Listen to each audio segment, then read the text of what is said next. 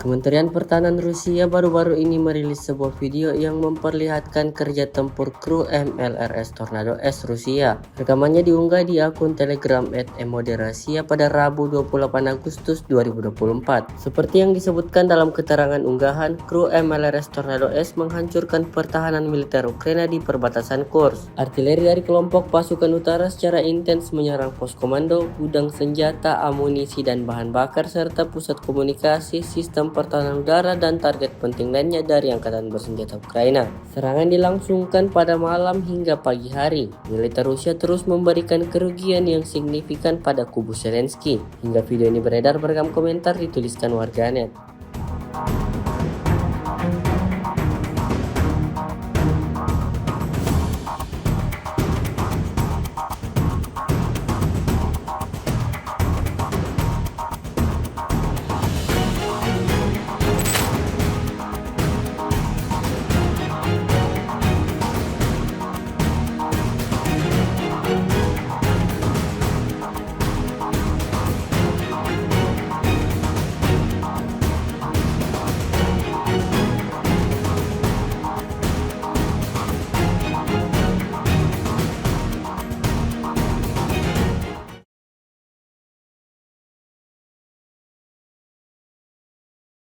Download Tribun X sekarang, menghadirkan lokal menjadi Indonesia.